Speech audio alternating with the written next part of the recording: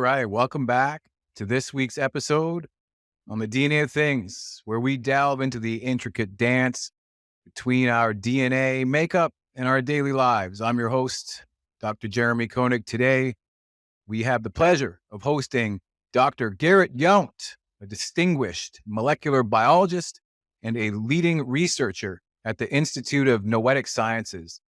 Dr. Yount has spent his career exploring the profound impact of vibes, that is, conscious, subconscious, and superconscious, on our health, performance, and personal growth.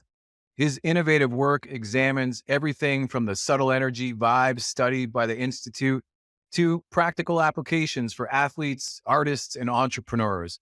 In our conversation, we'll explore how vibes influence the gut-brain axis, affect our reaction to the lunar cycle, and, interact with our environment at large. We'll also discuss the benefits of connecting with nature, the therapeutic potential of psilocybin, and simple practices like slow breathing to enhance well-being. Join us as we uncover the unseen forces that shape our lives. Dr. Garret Yount. Did I even pronounce that right? Because we've known each other for a year and now I'm embarrassed it's too late to even ask. Yeah, you got it right, Jeremy. Cool, because I've never called you by your last name. So there we are. That's right. So, hey, before we dive in, I was thinking of this 3-part structure where we can talk about, the man and the science behind the vibes, diving into the 2 main parts of the book as I understood them, people and places. And then on part 3, maybe talk about practical applications for creators who tend to be our listeners. So that is athletes, artists, and entrepreneurs. These are people who may have found themselves in flow before and want to get in there more. And I have a sneaking suspicion that what you can tell us about vibes and why they matter is going to help people get there. And before I hand it over to you and you tell me all about you and how you ended up at the Institute of Noetic Science. I wanted to just read, specifically or explicitly from the book, and I believe this on the website as well, just on the topic of the Institute of Noetic Sciences, because we're entering into really interesting territory. So you myself are both classically trained as scientists. And, I feel as though we may touch over into what one of my favorite authors, evolutionary biologist Stephen Jay Gould, would call non-overlapping magisteria. So oftentimes there's this divide of things that are science and not science. Traditionally, those things might have been theology and science. Certainly there's a confluence between those two things. And, there's something to be said for unquantifiable phenomena, or at least previously unquantifiable phenomena before we, come into some of those examples explicitly. But I wanted to speak to the motivation of the Institute of Noetic Science because it's a really compelling story. I mean, you and I have been talking for, over a year now, just. And, we were connected because we were looking at exploring potential research collaborations between things like clairvoyance and DNA. Topic for another conversation, clearly. But the Institute of Noetic Sciences, so speaking to the modern scientific investigation of these subtle energy vibes, so here in the book described, and their manipulation has only begun relatively recently. I, this is you, the author, have had the privilege of pioneering some of the research, most recently as part of a team at the Institute of Noetic Sciences, or IONS. The term noetic refers to our inner space. So pause and feel that for a moment, especially in the context I'm about to read. So noetic refers to our inner space and our ability to tune into information on a feeling level rather than an intellectual level. The Institute of Noetic Sciences was founded by the Apollo astronaut, Edgar Mitchell, after he had an epiphany as he looked at Earth from space. So instead of an intellectual search, so this is quoting now from Edgar Mitchell, instead of an intellectual search, there was suddenly a very deep gut feeling that something was different. It occurred when looking at Earth and seeing the blue and white planet floating there, knowing for sure that there was a purposefulness of flow, of energy, of time, of space in the cosmos, that it was beyond man's rational ability to understand. So that is, a frame, a pre-frame, if you will, on the noetic sciences and where you are now. I'd love to learn a little bit about you, Garret, and your academic background, how you got to focus on the current areas of research that you now focus on, the core concepts from why vibes matter, which we'll dive into, and how this ties into your ongoing research with ions. Thanks for reading that background about ions. It's kind of a weird name, and people are always like, what does noetic mean? So it's myself it's nice that you included. took care of that for me. Yes, Yeah. sir. You mentioned, so the background, so I was, like you, trained in molecular biology, but from a pretty young age, I had some experiences that would be considered clairvoyant. And so I was always fascinated with the mind. I minored in philosophy, even though I did my molecular biology. I was just trying to understand models of mind. And that's what drew me to ions, because there were, serious scientists, serious, I mean, classically trained scientists trying to apply the scientific method to aspects of consciousness and the inner world. So actually, when I came out to postdoc in San Francisco, I went to the Institute of Noetic Sciences at that time. This was a while ago. And they're like, "Wow, keep the job at UCSF. We don't really have the capacity to do biology." They were started out mainly with physics. So Dean Radin and Marilyn Schlitz, some of the older, were the original scientists. So I just collaborated with them, started doing work on Qigong and other types of energy medicine. So kind of working on the weekends, experiments, collaborating with them. I did a very cool experiment with Dean Radin. He let me use the lab on the weekend, a big steel chamber, like an anechoic chamber or like a Faraday cage for people. Put healers in there with cells and petri dishes, and got up to a lot of hijinks. And then kind of had a foot in both worlds, come out here part-time. And then when I turned 50, I thought I just want to do the fun stuff. So I'm all in here now at Ions and loving it. Wow. And just remind me, for the sake of the folks listening, Ions is located where? We are in Novato, California. So a little bit north of San Francisco. Right on. And what's the team look like there today? I know you guys are in a growth phase, if you will. What's a day in the life? We're a small team. We've got well, we're just 5 scientists, 5 primary scientists, multidisciplinary. I'm the biology guy. Helene Wabe is a naturopathic physician and researcher. Arnaud Delorme is a neuroscientist, very top-notch EEG expert. Dean Radin, our chief scientist, is just famous parapsychologist, physicist, everything. And Lauren Carpenter, who is a computer or engineer genius, like co-founder of Pixar, who's retired and is playing with us, building stuff for us. Right. And then we just have a small team of support. Ions has another department called engagement. And so their role is to take the science and turn it into applications and courses, kind of real life stuff, everyday stuff. Mm-hmm. So we work with them. And to the extent that you can share, what projects have you excited currently right now, either that you're working on independently or that you're collaborating on with your fellow researchers? Yeah, most of the stuff we work on collaboratively. We're setting up right now a super cool telepathy experiment that's a little bit different. So because there's been quite a bit of research on telepathic communication. In 2015, Dean Radin, our chief scientist, did an experiment with Marilyn Schlitz at that time to look at a telepathy model, but instead of the brain, the central nervous system being the receptor, they were looking at the enteric nervous system.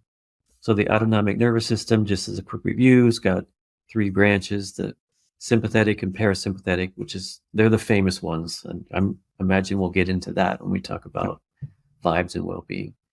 But the enteric nervous system is the 3rd branch, and that's the one that, well, its main job is running the digestive tract, but it's got a ton of neuropeptides, neurons. It's arguably what's often called the gut brain. It's arguably on par with the central nervous system. So, you think about telepathy, they're difficult experiments. And when people got to thinking, if you're there, okay, my partner is sending ideas to me and I'm trying to respond to them, you can imagine, the monkey mind starts up like, oh, well, it was A last time, it was A again, it has to be B. This time, all the little mind tricks that could interfere with, accurate signals. This was the idea anyway.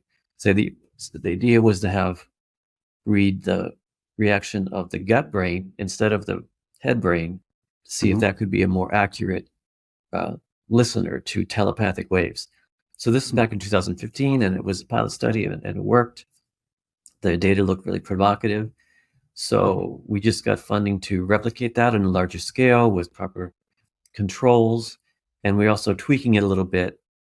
I can't tell you how, though, because it's going to be, maybe one of your listeners is going to be in the study.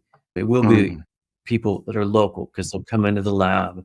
We're going to set them up in 2 different rooms, but we'll be collecting their gut brain activities. So instead of an EEG, electroencephalogram, it's an EGG, electrogastrogram, and see if the gut is a more accurate receptor to signals coming from that sender. And I'm not going to tell you what kind of signals are sent, but so that's a lot of fun, having a blast with that. We just are finishing up a lucid dreaming study where we have folks with PTSD that engaged in a intensive week-long lucid dreaming training seminar with Charlie Morley, a really fantastic lucid dreaming teacher. And this is, again, a follow-up on a pilot study. Our pilot study just was published 2 months ago in the journal Traumatology. It showed that PTSD symptoms were alleviated, including nightmare distress reduced, through going through this lucid dreaming workshop really dramatically. So that was incredible to watch that happening. So we're just finishing up a replication of that. So there's a little sample. Yeah. And so I want to just, again, for the sake of listeners, again, go back to this notion of this notion of the non-overlapping magisteria. So theology takes care of things that are, say, moral, mystical, beyond a measurable. Well, it's beyond phenomenological quantification, right? So to speak. So we can't measure it. It's bizarre. It's easy to get pulled into. It's easy to create cult followings around these things that are not based on rational, quote unquote, science or subject to the scientific method. But, as I say that, I liken back to people like, Sir Isaac Newton, who before physics, was an alchemist and was trying to actually unite those things.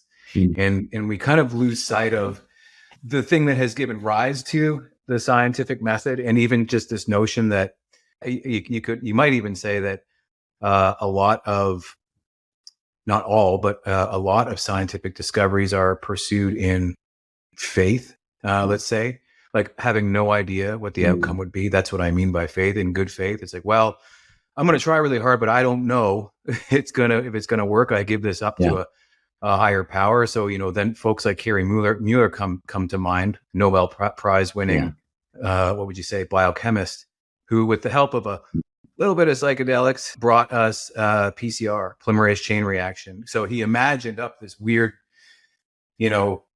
scenario that if he could somehow, he knew some things to be true, but, the thing that he imagined is, well, we need to get DNA to a level of quantification, because previously we couldn't sequence it. Like, how do we even know what it was? Previously an unquantifiable phenomenon, to the extent that we have whole genome sequencing today. And so through various forms of inspiration and experimentation, he came to this idea that hey, there are these organisms that live at super hot temperatures. So that must mean they have heat stable enzymes. I'm going to extract those heat stable enzymes. I'm going to extract DNA. And when I heat everything up, DNA becomes dissociated and then so that turning the double strand into single strands. And then when it's cooling, these proteins that are heat stable bind the DNA and they're the replication proteins. And then they're able to replicate in a test tube over and over and over again. And so literally, if it wasn't for somebody poking around in hydrothermal vents, where you just were, by the way, in Iceland, gotta love that coincidence, and going for a surf and tapping into that right brain, which who knows how these visions come to us. So it sounds like a really interesting thing that you have happening at IONS. And, when I hear about the enteric nervous system, as you described it, I was taken back to my time when I did my postdoctoral work at Cornell. I worked with Dr. Jeffrey Gordon's understudy, Ruth Lay, Dr. Ruth Lay. Jeffrey Gordon was what would you call him? He's an enteric MD. So, he essentially is studied the gut, worked with obese individuals, and actually pioneered this work on the gut microbiome. So actually quantifying the microbiota that's in the gut. And so where am I going with this? I mean, here's something that's really interesting. They went so far as to do studies where they took obese mice, extracted the microbiomes from obese mice, put them in lean mice, and were able to perpetuate the obesity, and vice versa, taking the gut microbiota from lean mice, putting it in obese mice, and creating lean bacteria. So, I mean, the gut-brain axis is something that I'm, all too familiar with, because, there are all these neuropeptides that are actually produced in the gut. And actually a lot of these are being produced by these bacteria. And for a long time, people say, what is it? There's 100 times more bacterial cells than human cells. And I think it's something like 1 million times more bacterial genes than human genes. And so for the sake of argument, that we might say we're just these kind of walking incubators. So, so all this is to say that as we start to dialogue on this discussion, there are sensory aspects of microbes that we're still learning, like microbes that can sense charge, for example, microbes that use alternative electron acceptors to pull energy into existence from food. So, as you start to kind of, get far out on some of these ideas, you see that actually a lot of them are, the science is actually catching up to a lot of these hypotheses that you're testing now. And I mean, it's interesting. I mean, the invention of the radio, right? I mean, people were thrown in the insane asylum for believing that, they could harness sounds from air into devices. So it's really interesting, and it's, I think it's, something we can definitely come back around on. I like in your closing marks in the book on Napoleon Hill and Thoughts Are Things, and the surveys done on 500 some odd inventors, creators, so to speak. So yeah, we can come back around to that, like how thoughts are turned into things and how riches come from ideas. So, but again, I just wanted to touch on that, really interesting time that we're in emergent fields of science, so to speak. And I wanted to, just kind of check in with readers on that, say, hey, this might sound a little far out. So, let's continue on in an open mind in that way. And so let's dive into the book a little bit. So what motivated Why Vibes Matter? So why write Why Vibes Matter? They clearly matter, right? So I just stole your thunder, but what motivated you to write? Yeah. Yeah. I guess, I've been doing the research with kind of the noetic vibes for a couple of decades. And vibes is it's spoken about a lot in popular culture, and it's spoken about in different levels. So that's why I kind of defined that right from the beginning of the book. And then kind of acknowledge the way those vibes are talked about, and then, really focus on a certain kind of vibes in the book. So basically it's to make it accessible to the everyday person that doesn't have time to read all of the research and the back and forth. So it's kind of I just thought it would be helpful to help raise the vibrations of folks a bit, get people to chill down a bit. Maybe we could have a more, peaceful society. I guess that's my kind of grandiose wish.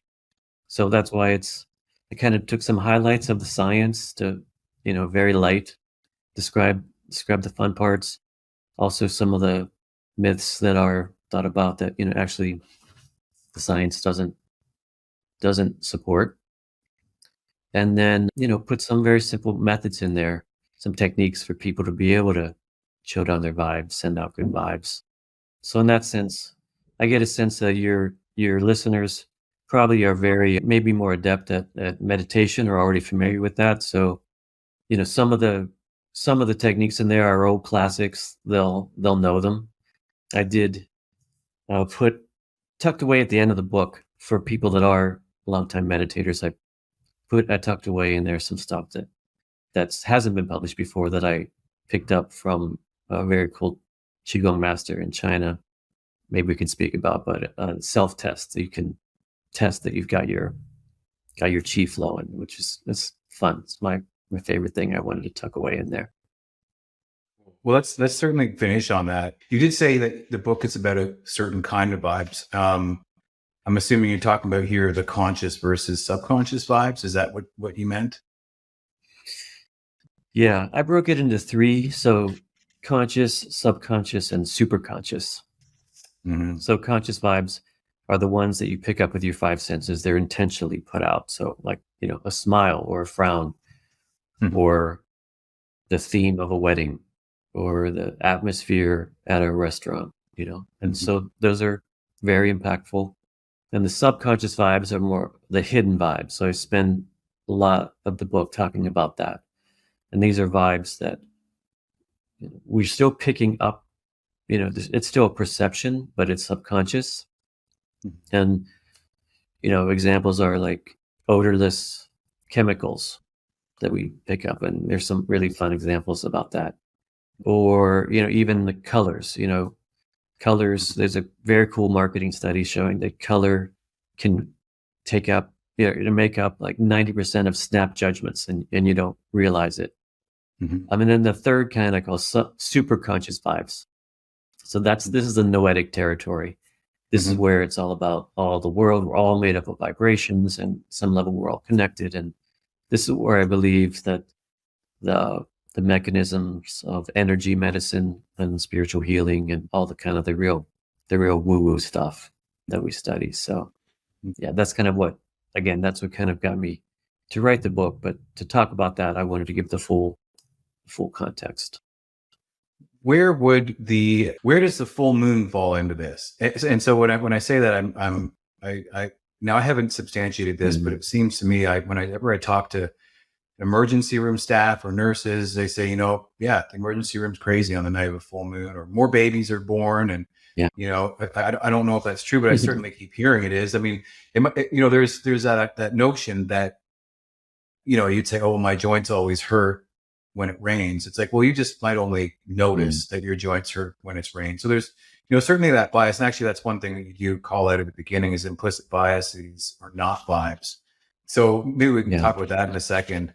Like separating those things out, because it seems to me like there is a fair amount of objectivity in what most people, or what a lot of people might say is subjective in terms of your experience, insofar as some of these things might not yet be completely quantifiable. You'll notice I said yet. So the question initially was on like if I say to you, I notice certainly leading up to the full moon and after it, there is a different kind of energy that I have. And I've quantified that actually with HRV, with resting heart rate, and just generally, what is my state of anxiety around that time. And I've learned from that because like for years, like what is going on right now? And so now to anticipate, it's like, I'm going to have more restless energy at this time.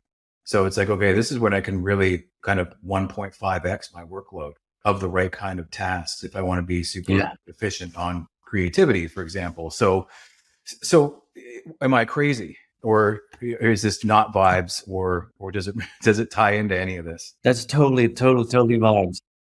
What I think Okay. is a cool, so, when you first asked the answer, I think the first answer is I would put that in the subconscious vibes category. But Got it. what's cool is I think for certain individuals, like you can get to the point of being aware of your vibes more clearly. You can cross them over. So I think that, just I Okay. mentioned, talk about the energy at that time, like this Indian guru that I learned fasting protocols from, Swami Satya Brahmananda it's a yoga center in San Francisco. But Mhm. so I think it's not a coincidence that he times the fasting with the full moon to harness that energy. So I think that there's plenty of people that are aware of it, but I think most people are unaware. So it's a subconscious, it's a physical effect on the body that then bubbles up as a subconscious vibe and impacts behavior. So I think it's a very real thing, and that's where I would put it. I So wouldn't. that's really interesting. So again, just Sorry, go to ahead. clear and the differences. The superconscious vibe would be one. That's where we're connected with everything in the universe level, where you've turned off your thinking mind and you Mhm. can feel the vibrations of nature. So I wouldn't say that the moon thing is a superconscious vibe. That's just because it's bubbling up through your subconscious, or if you're a little bit aware of it, and then it's impacting behavior in that way. Interesting. Well, interesting thing that you said there on crossover. So the idea that it's subconscious, but then you're saying once you become aware of it, you can leverage it for like consciously. Is that what you're saying? Yeah, yeah, Yeah. Okay. that's what I'm So saying. just this morning with my wife, I was having this conversation around. It's like, well, this keeps coming up, and when I look at the calendar and I map the moon phases, they don't line up to the calendar, So I'm like, Mhm. and by the way, like I'm tying this back to other physical things too. So if you think about an elite athlete's training progression, periodization, let's say, there are a number of ways to kind of break it out in terms of quarters of the year or halves of the year, depending on when your competition seasons are. But generally, there's a growth and an overreaching phase. And in the track and field model, I use track and field model just because a lot of things are built off of that. In the track and field model, it's basically such like this over, broadly speaking, a 4-week periodization where it's, your first week is like introduction to the new thing. Okay. They'll get familiar with the routine, so that when we come on and we build a load onto it next week, you've kind of got the rhythm of that thing. So week 1, introduction. Week 2, build on it. So you could build on it in terms of, intensity, volume, density, etc. And then on week 3, you load again. And then week 4, you deload, you come down. And the main reason for doing that is to actually allow a tendon, ligament, even bone, allow for the tendon, ligament, bone adaptation. Muscle goes so quick. But if you don't take a step back, the whole thing doesn't adapt. The whole body system doesn't adapt, which is why you get into trouble, why athletes will get into trouble with like things like anabolics, which will like focus, primarily on muscle and not all these other organ systems or tissue systems.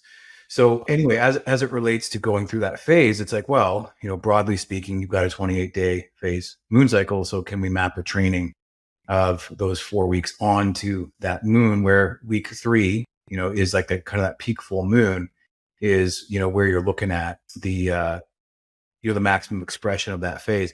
And interestingly enough, I've worked at pairing different macronutrient ratios to coincide with the training load, etc. So that's just playing around with the volumes of proteins, fats, carbohydrates, and water. And it's actually amazing because what's happening when I'm doing this macro molecular workout, I've got a micro molecular workout going on because I'm literally moving water in and out of the tissue such that my body weight will fluctuate in that 1 month 10 to 15 pounds. And predictably. Yeah. So probably a little bit too much for like the average person, but the beauty of being like an entrepreneur is, you're in charge of what you're creating. And so therefore you're in charge of your operating system. And if you can tie it into all of these modalities, like what you're talking about, on the psychology here, but also with the, the physical biology, it's really profound to just even talk through that example of something that you kind of knew always wasn't quite right. subconsciously you're feeling something. What is that? Now you've quantified it and you turn it into something that, that is practicable for your goal. So that's, anyway, I just wanted to point to like how much this book was like, wow, like this is nuts. So one of the other things, one of the things right off the bat, because we are in this, kind of the first phase of, we're going to talk about, people. And so, right, where did I? Oh, right. Yes. So the, relationship between frequency and wavelength in physics, what we're talking about here is, right, being in tune with other people. So we just talked about being in tune with the universe, or the universe, in terms of super consciousness. When we are talking about being in tune with other people, what level are we at there? I suppose there's all three levels could apply. Okay. So I think all three levels could apply. Some of the coolest science that I dug up and talked about was the electromagnetic field. This would be the subconscious vibes level, because our body's putting out EMF. The heart is the largest producer of EMF. And this is research that's come out of the Heart Math Institute in Boulder Creek, California. Very cool research. First, they looked and they saw that the EMF field, character of it changes with emotional state. So if someone's sitting there exuding loving feelings, it's kind of a signature of the EMF field. And the field looks like this big invisible donut shape around your body. Extends out about 3 or 4 feet. And so that you're basically, this is one level of vibes where your emotions are being kind of broadcast at this energetic level. These are vibes that are literally in a donut around your body. And then the amazing thing is that they showed that could be transferred. So if someone comes into the vicinity within 3 or 4 feet, the EMF donut signature EMF field can change. It can transfer into the other person. So I just thought, I wanted to highlight that in the book because it's just an example of just regular physics measurement stuff that absolutely shows what everybody knows is, you can pick up a bad vibe from somebody, or, you think about the people you want to be around because, if you want to be, going to influence your vibes. So that I think was a really fun example of subconscious vibe where the science is just right there. And it kind of substantiates, again, one of these things that people know and feel, but there's this cool science to show it.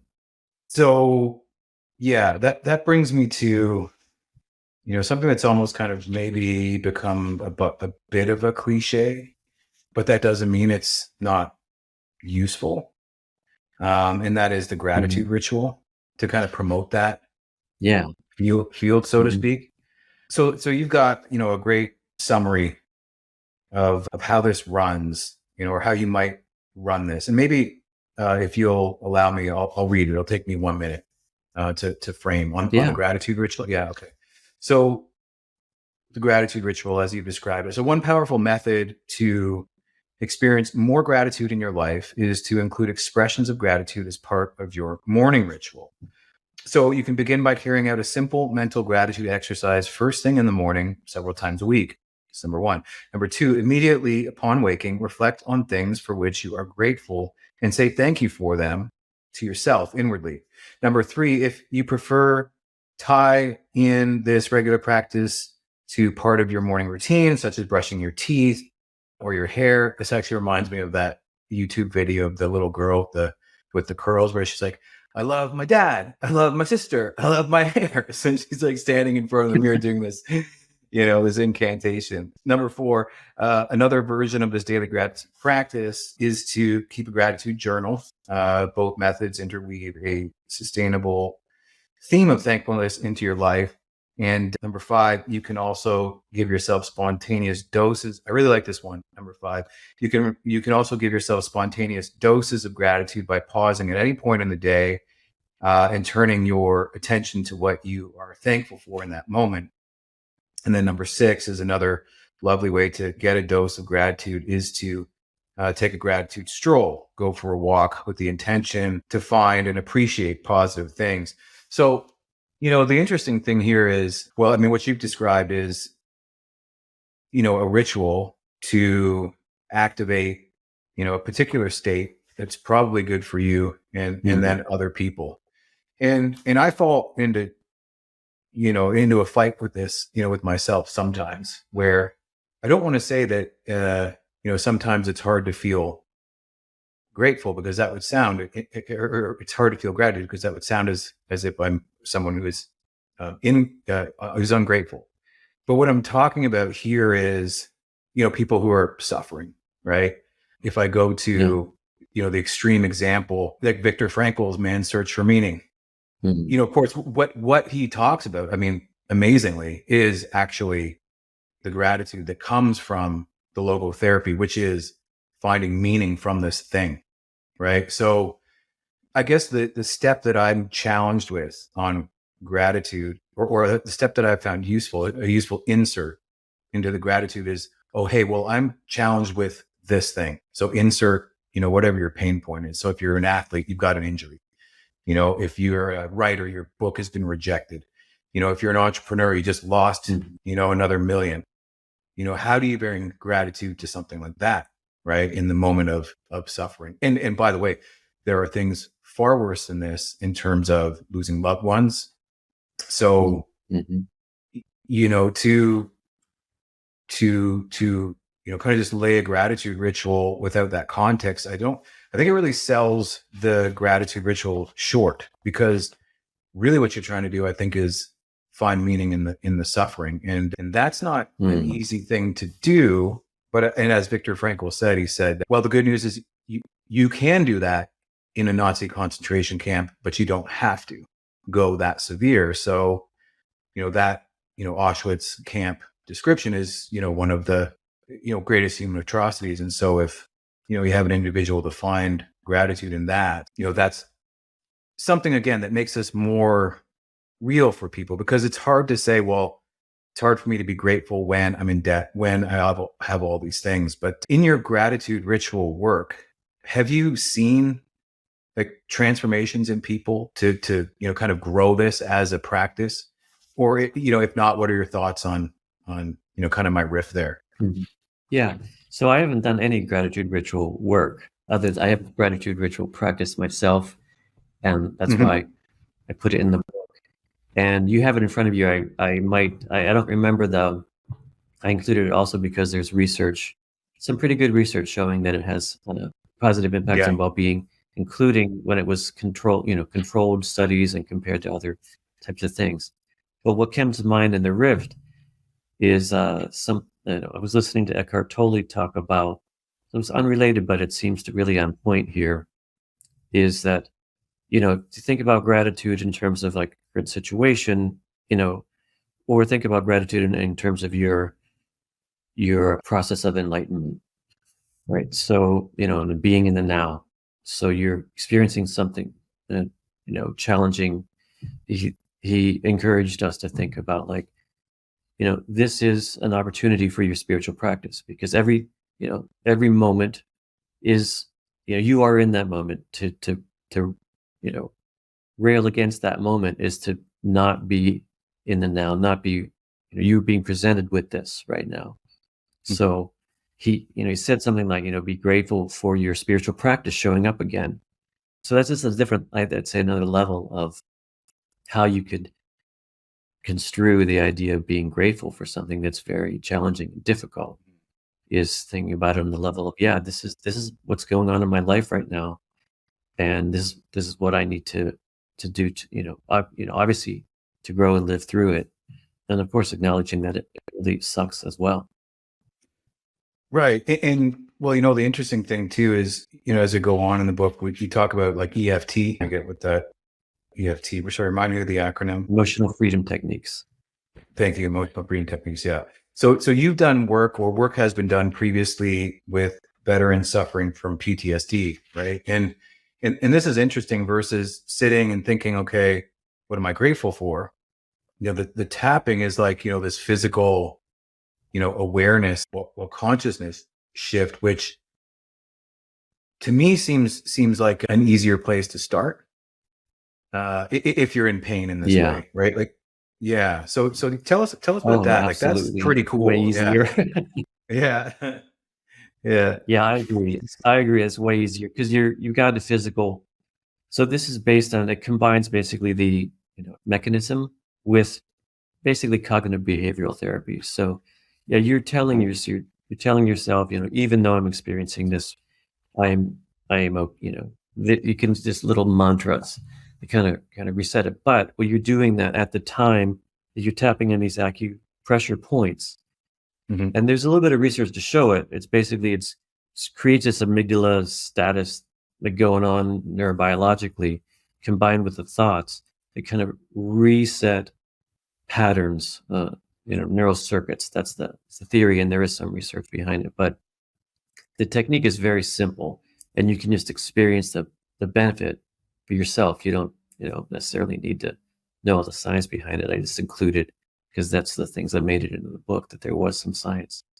And so there's a very simple, and you can do the whole points, which are described in the book, or you can just kind of do it on some of the points and you think through it. Yeah, those are the points. Yeah. Yeah. Page Um, 52. and then you go through it, and then you check with yourself, and you're saying, "How am I feeling?" And then you can, if you feel like that, the technique usually has you rate your feelings of distress at the beginning, with a number, and then at the end, if you rate it again, if the number has gone down, you want to go down further, you just you do it again. It's I think that, like you say, it's a nice one because I don't know, it's almost like training wheels with the in terms of executing it. Like that's what it Hmm. feels for me. Like you can just start Hmm. tapping, and then you're Yeah. like, it helps you get into that mode so quickly. In addition to supposedly what it's doing at the energetic level, Hmm. the noetic vibes inside your head.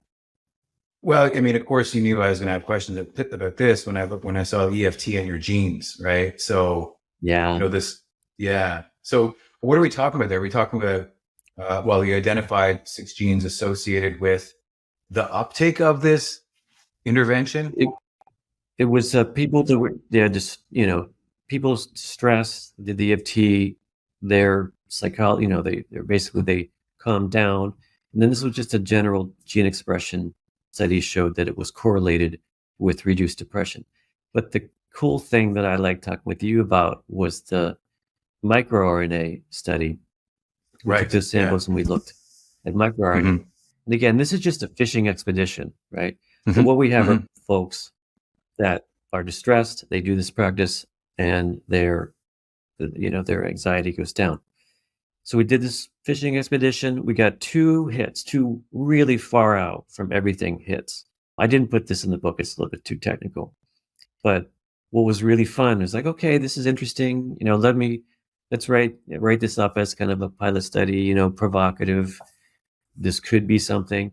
And so let's look in the literature. I looked up those 2 hits, and there was one study that showed, and this is published in a mainstream psychiatry journal, with electroconvulsive shock therapy, which I don't know if everybody's aware that that's still used, and it is effective for certain types of treatment resistant depression. So people will go in and they'll get electricity zap their brain, and they get relief from depression. And so they got the exact same 2 hits as us.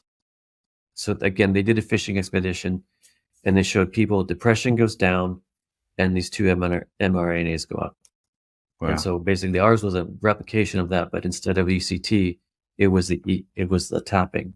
And so the same 2 hits came up. So again, it's just provocative, but yeah, pretty else, pretty surprising that this hit's been happening. Well, so, I mean, what's fascinating is, so we talked about at the beginning, again, the notion of previously unquantifiable phenomena, right? Like, so a Yeah. gene expression profile of an individual was previously unquantifiable.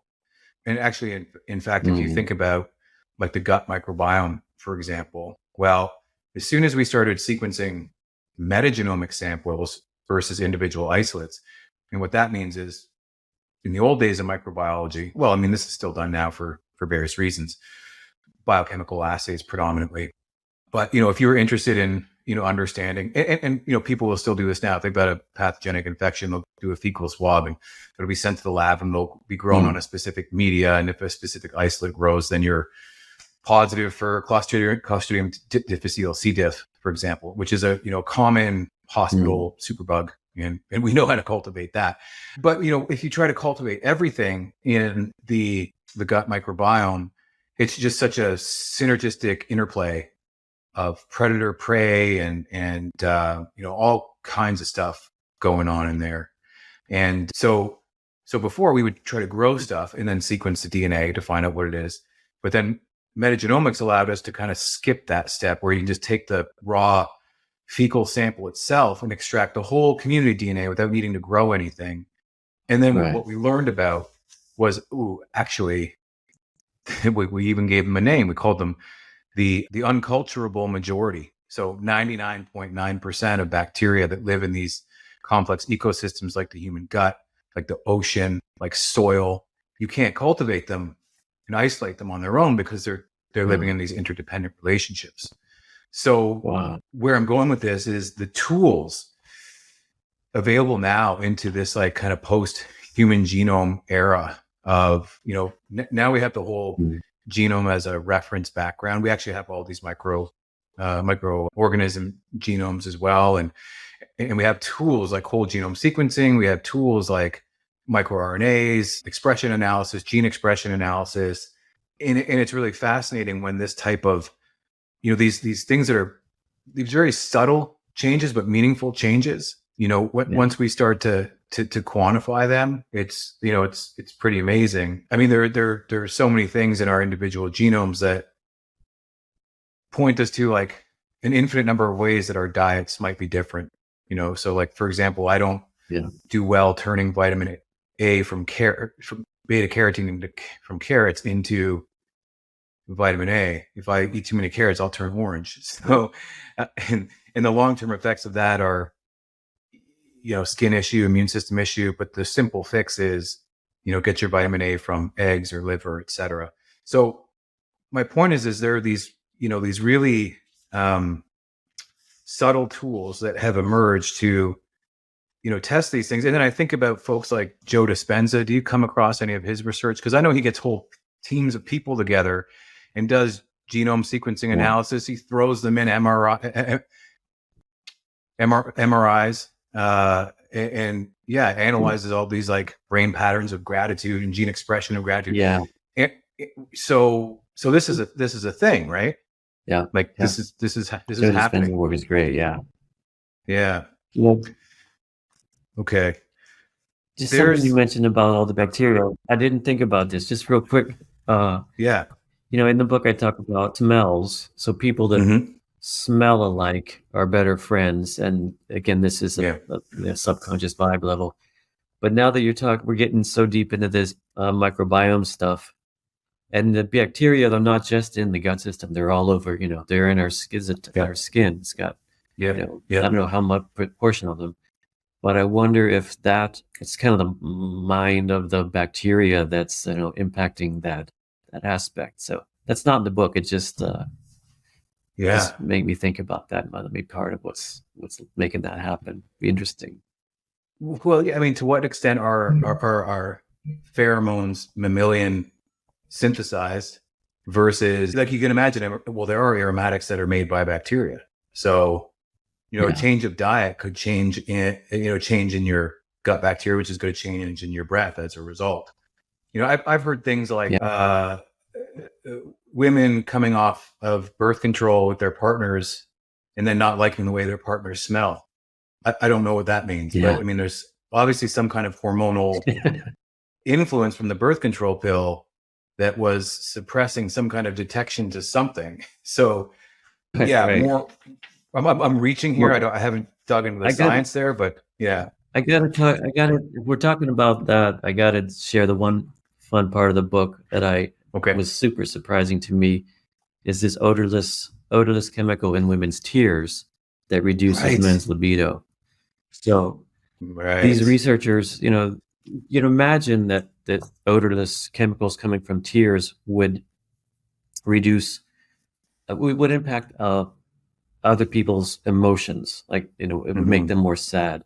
So they literally collected tears from women that were watching a sad movie and crying, collected the tears, they put them under men's noses with a controlled study. It didn't affect the men's emotion, sadness level. It affected their libido, so they were less attracted to women. And then they did it again, and they even showed testosterone levels being suppressed by this chemical. So that just flipped me out. Yeah. And think about the evolutionary aspect of that. But this is a subconscious vibe, because it's coming into your real, your sense. It's not a sense of smell, but your receptors picking up this chemical, and it's having this profound impact on the this libido, which is just like stunning. Right.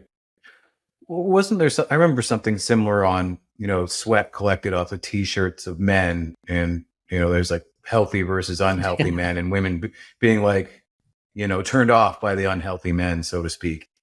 Anyway, it makes me think of that movie Species, where I can't remember the actress name, it was so long ago now, but she detects that her, she's trying to find a mate because she's been taken over by this alien species, but she has this sensory capability, and she wants her offspring to be healthy.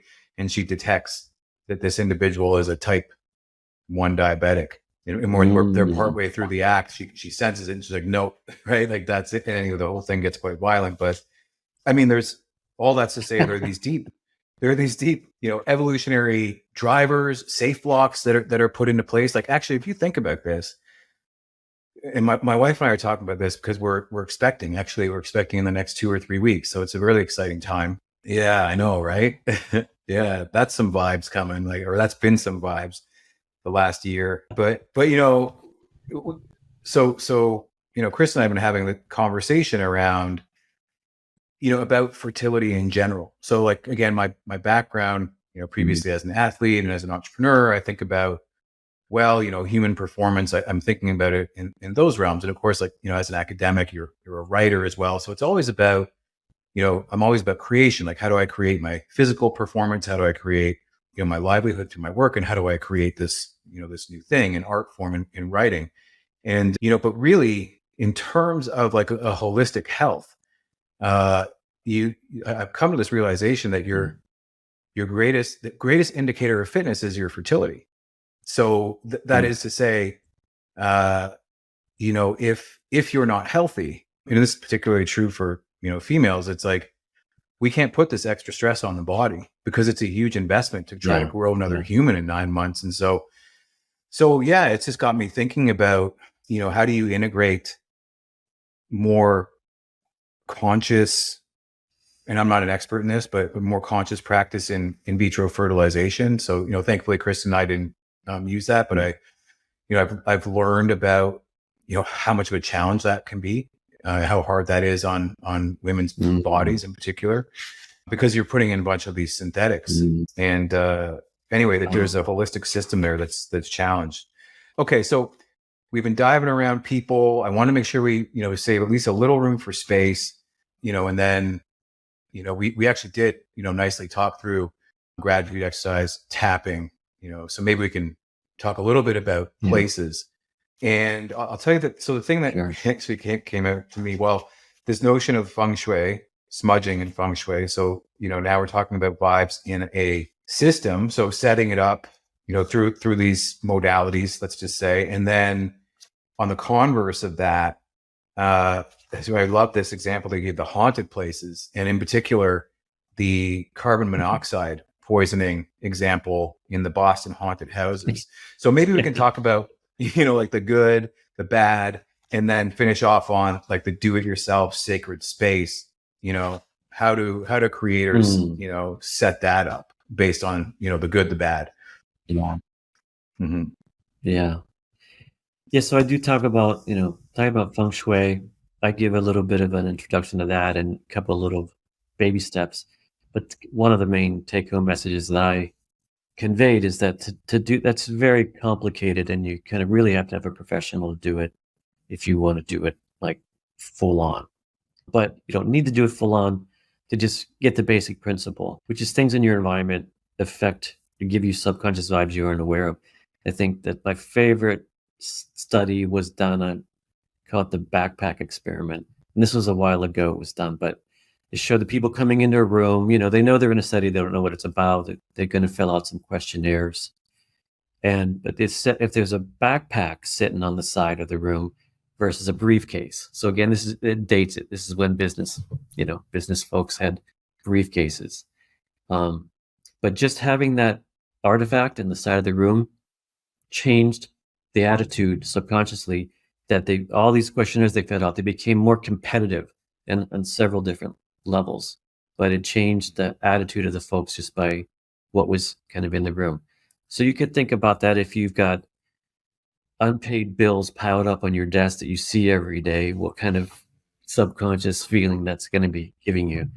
So that was kind of, I think it's kind of that's almost like a do-it-yourself feng shui. I think that on the superconscious vibes side, and I know this, I just very briefly talk about this. It's a little bit of a long story based on years and years of me doing research with energy healers and trying to influence cells in petri dishes and getting negative results.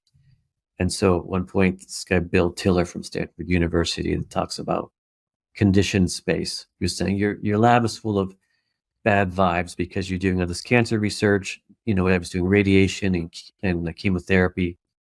And then on the weekend, I'd bring in the healers. It's like this, your lab is like full of bad vibes. It's smashing over these subtle vibes. So you got to do it in a space that's conditioned. And so again, this is the experiment I alluded to earlier with Dean Radin invited me up. Let me use this big steel room that was a complete virgin to healing.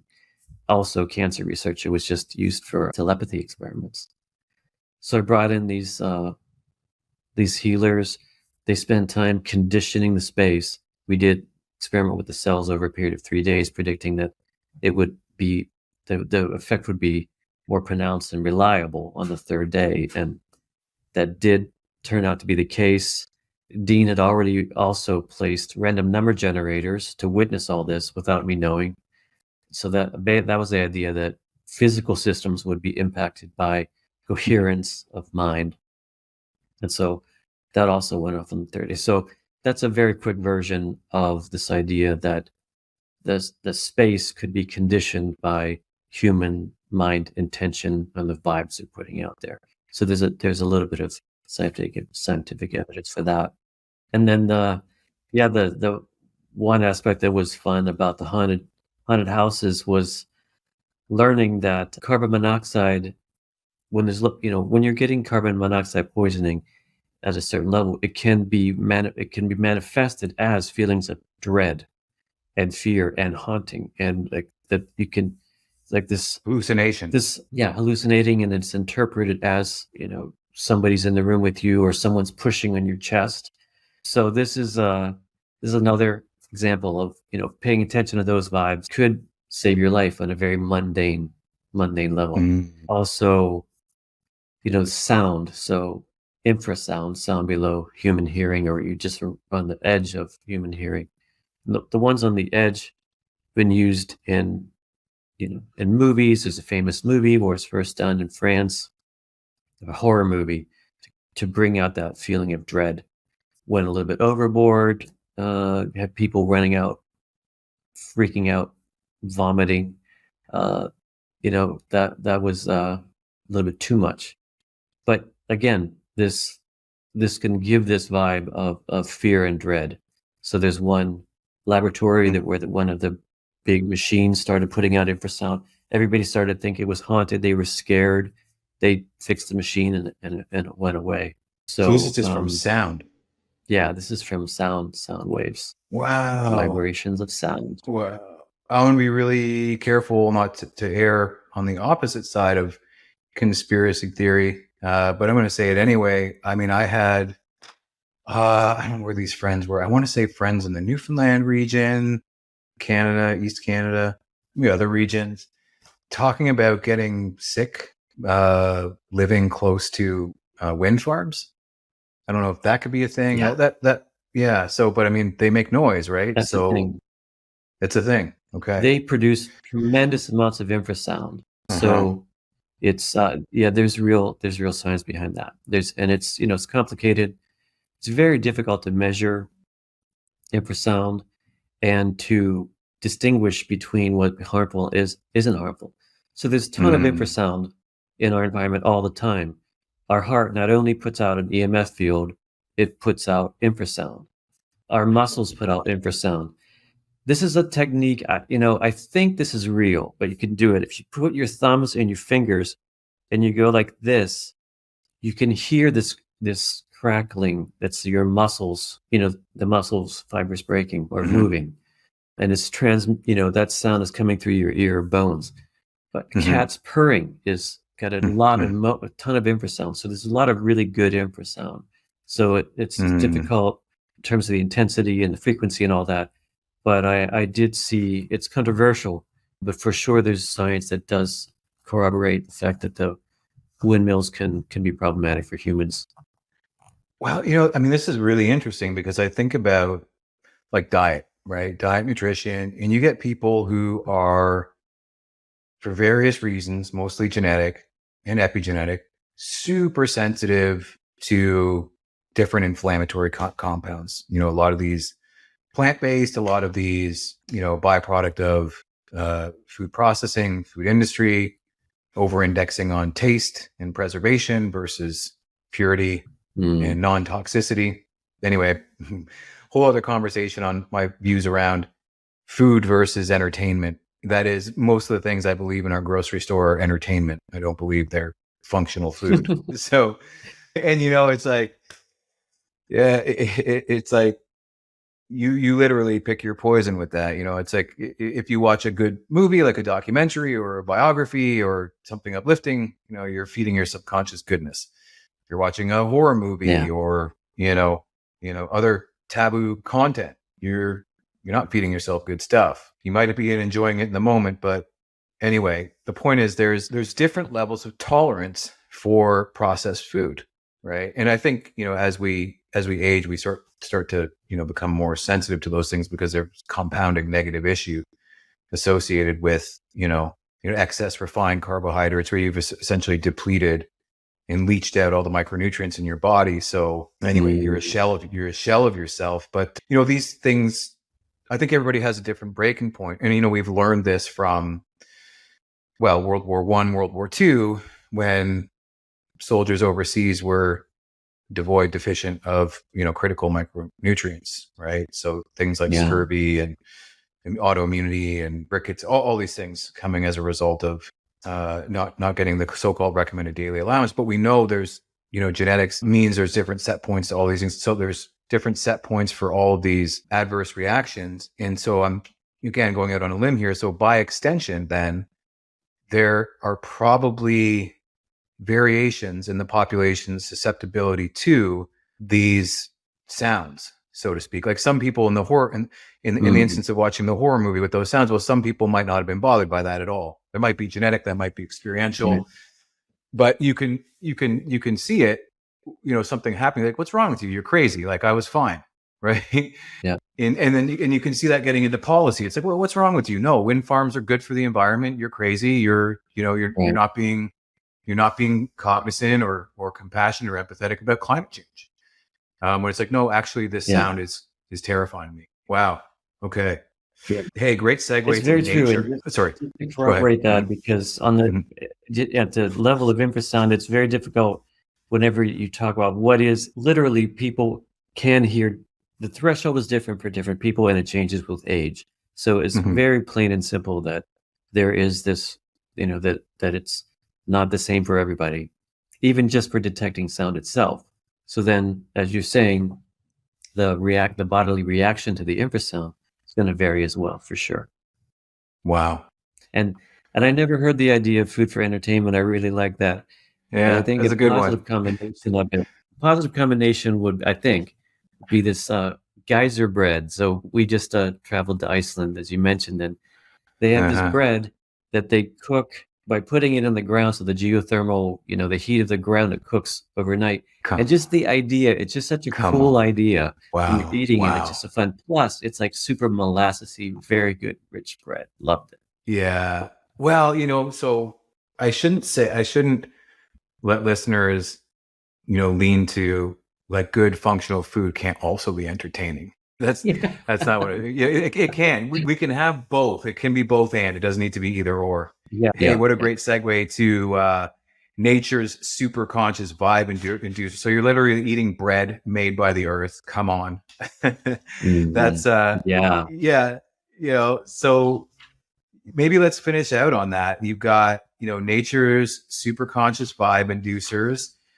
So let's talk about nature to bring about these things. And so, well, nature in the form of experiential in the space, but then you've also got, induction in the, as you say, how to shroom without being a research study. So this is more to do with the psilocybin-assisted therapy treatment, because we know there's emergent work on this in terms of, probably most profoundly with people like with PTSD or people suffering from addiction, et cetera. So something, Yeah. analogous to it's instead of a physical electric shock for your brain, maybe it's like a chemical shock. So yeah, nature and psilocybin to round us out.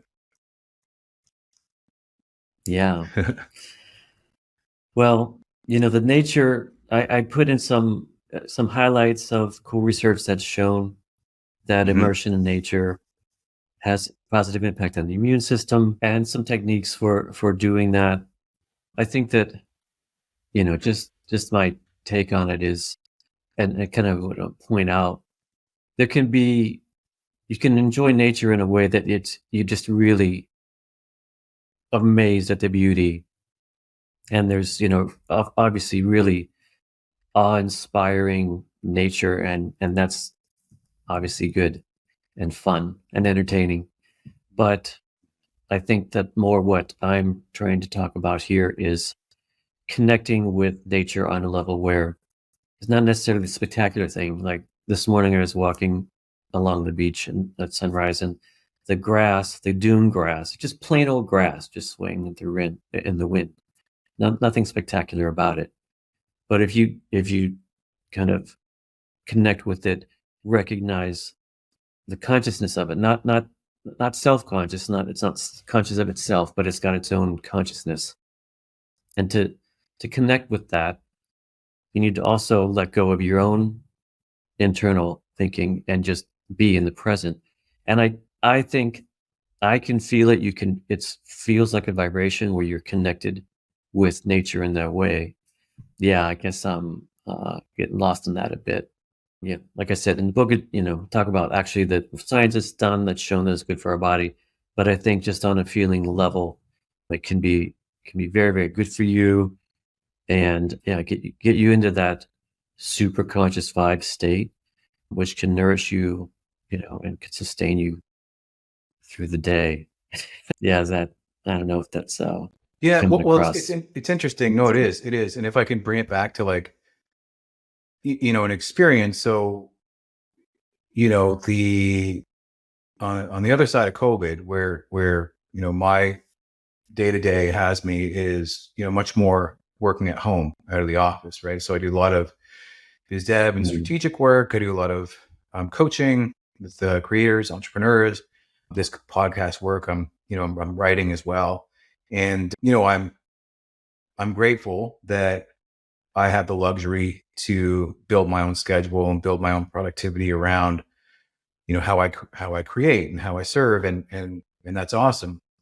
That said, on the topic of space, it's like it feels like the space like kind of loses its juju, loses its vibe, and there's certainly Mhm. some things that I can do to clean it up around here. Like I'm just looking, I'm like, oh, I got too many wires hanging around, and I don't like that. But nothing Mhm. obstructing, none of those, no like outstanding bills piled up in front of me or anything like that. But it's like no matter how great the room gets, um, it's like you start to block out all the good things, because you're so focused on, Yeah, the work, and depending on how good or bad that is, yeah. it's going to affect your state. So, we often go out and we'll drive like 45 minutes, half hour outside of the city, or, we've got a ritual on Sunday where, we just go to the beach and have a picnic and, go for a little hike, and you're really getting dialed in, and, certainly you can feel the charge of the salt water. We're blessed to live close to the ocean here in Halifax, Nova Scotia. And, they're beautiful hiking trails. And, you spend, upwards of 45 minutes in those trails, and, you really get into it. Yeah.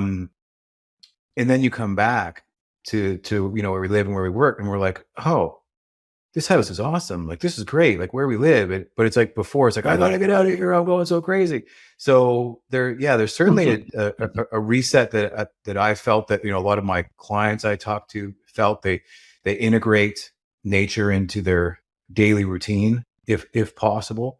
So yeah, that tracks for sure.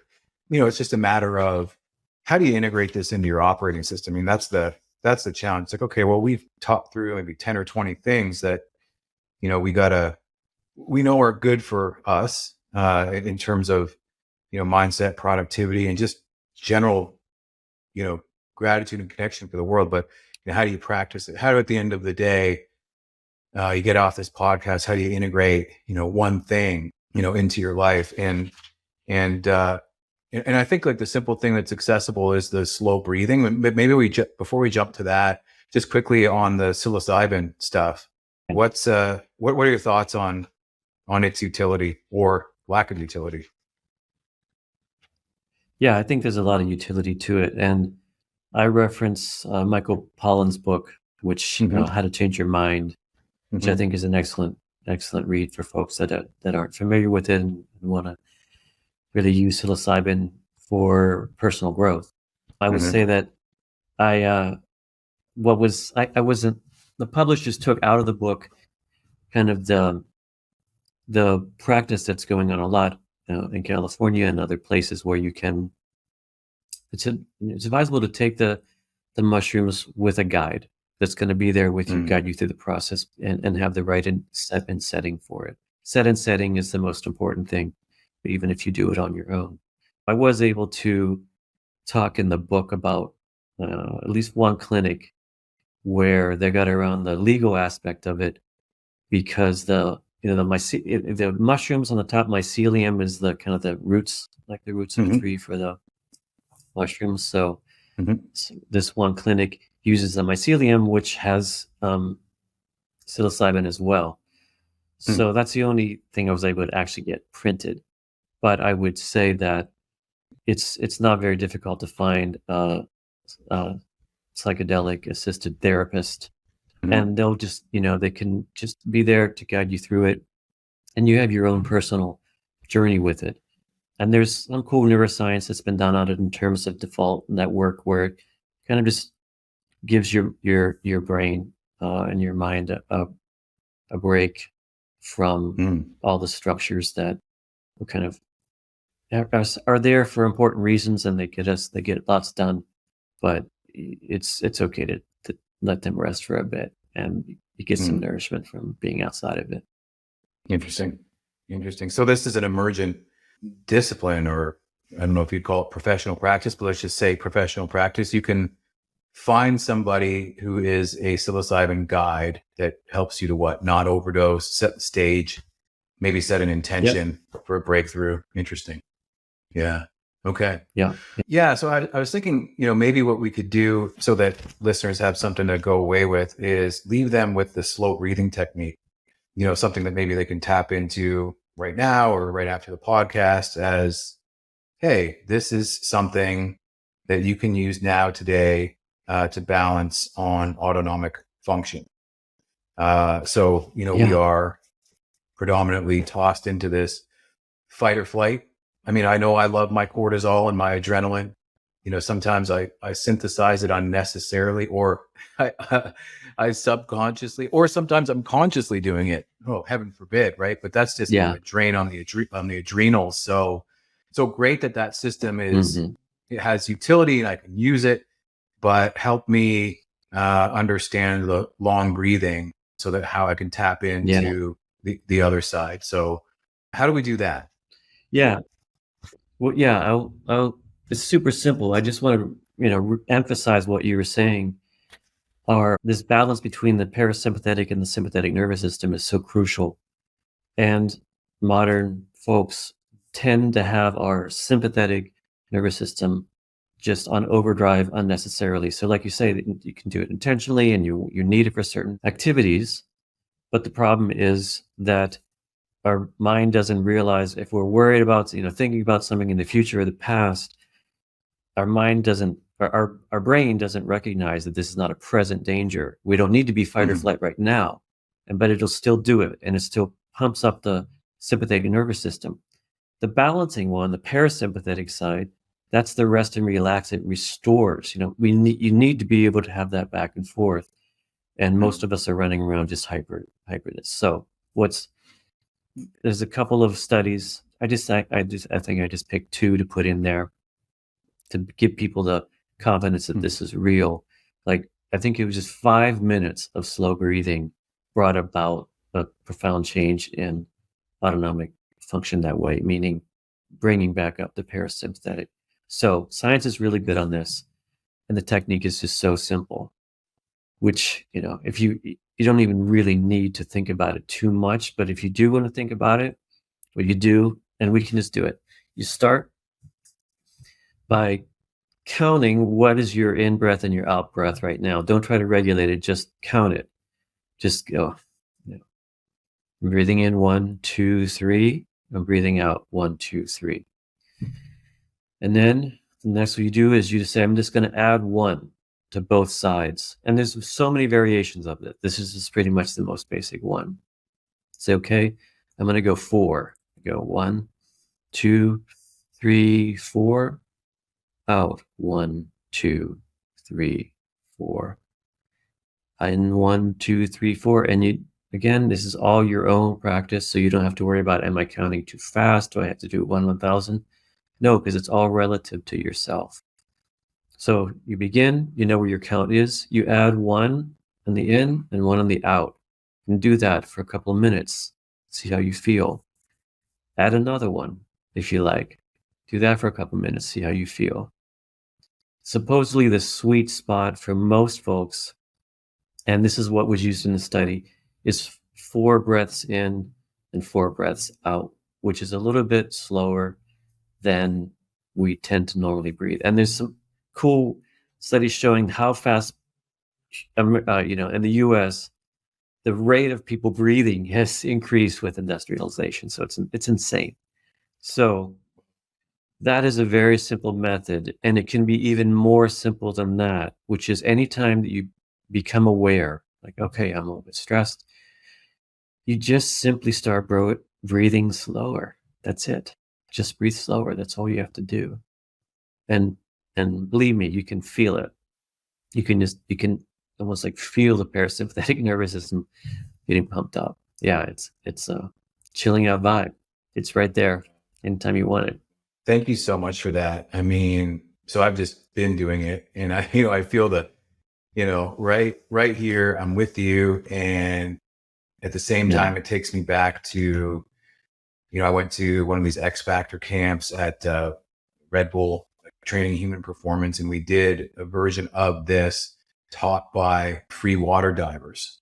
So it was a combination of slow breathing and breathing exercises that basically got you to a point, really where it just felt like, hey, everything that doesn't need any energy, like, stop consuming oxygen. It really was like, the breath, the oxygen goes to the core vitals. And, that's how that's how I was able to get, in one sitting, a breath hold from 1 minute to 4 minutes underwater. Through a series of these exercises. Wow. But free divers, I think, can go up to 15. You've trained at it for, a profession. So yeah, to all the creators listening, it's not just breathe, this is breathe slow.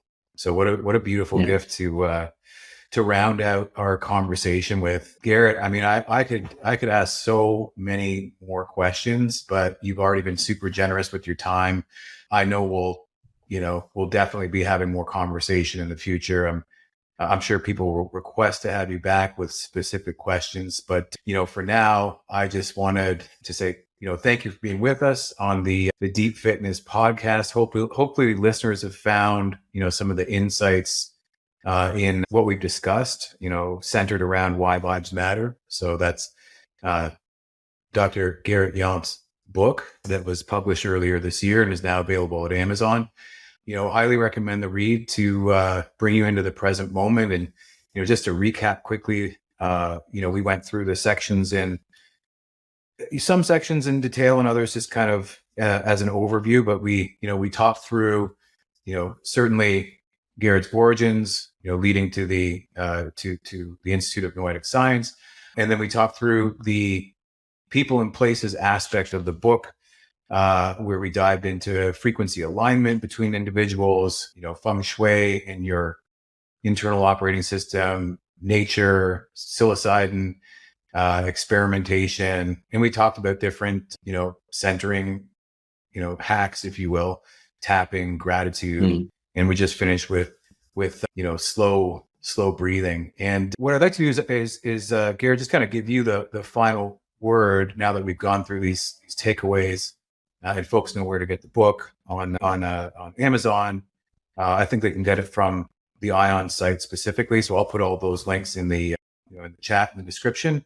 Final words on Napoleon Hill. Tell me about that. So he wrote that groundbreaking book, Think and Grow Rich, and we started the top of the conversation around this idea that thoughts are things, and ideas can be turned into riches, presumably through how it is we harness our ability to vibrate towards creation. And so yeah, tell me your motivation for including that book and that insight, which I believe is published in the 1920s or 30s, but stood the test of time. So why include Napoleon Hill? Yeah, it has stood the test of time. I think I wanted to include it because I really like the esoteric universal laws. I like the mystical laws, I think hermetic origins. And it was a little bit, but the publishers wanted this book to be all about the science side of it, because I'm a scientist, and why else would I be the author of such a book? And there's a ton of books that talk about how the energy you put out is what you draw in on these universal laws. So I complied with the publisher's request, but in the epilogue, I wanted to basically put a call out to that and say, hey, basically what this book is showing is there's corroboration, like basically the science is bearing this stuff out. And I just love that book. That's what that book does. It turns it into a very, everyday application, simple, straightforward. And I thought it deserved recognition for that. Well, yeah, great. Thank you. And you know what, I kind of looked at it and I was like, because it was published in 1937. And, so here we've got like 100 years into the future. And a lot of what he was talking about has stood the test of time. He talks about things like infinite intelligence, subconscious mind, talks about the mastermind, right? That's the vibing with people, right? He talks about burning desire. He talks about, auto suggestion, which is really a form of prayer, which, to be clear, King David was a master at that. If you look at, the old scripture in the Old Testament. But one of the things I found quite interesting, profound, in where Napoleon Hill wrote is like, okay, it's cool to pray, but don't pray in vain and don't necessarily use somebody else's words. Like, they need to be your words, which is what a lot of the Psalms are, or those other words. So how do you make those words yours to add to that resonance? I mean, that's an interesting, we actually skipped over that. Definitely a conversation for next time, like incantation and om and frequency, voice.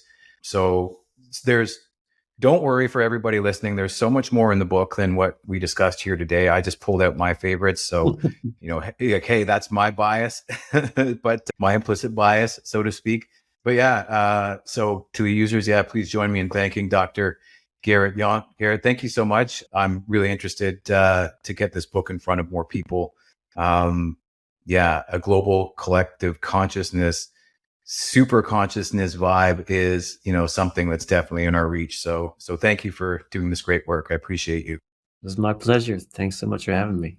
All right. Thank you for joining us on another episode of the DNA of Things and diving deep into the world of vibes with Dr. Garret Yount. I hope that today's discussion inspires you to explore how subtle energy influences your health and your happiness. For more fascinating insights and to continue this conversation, please visit our website at drjeremykoenig.com. And remember, understanding the intricate connections between our environment, our bodies, and our minds opens new pathways to wellness. Until next time, embrace the power of your genetic blueprint and the vibrations that connect us all.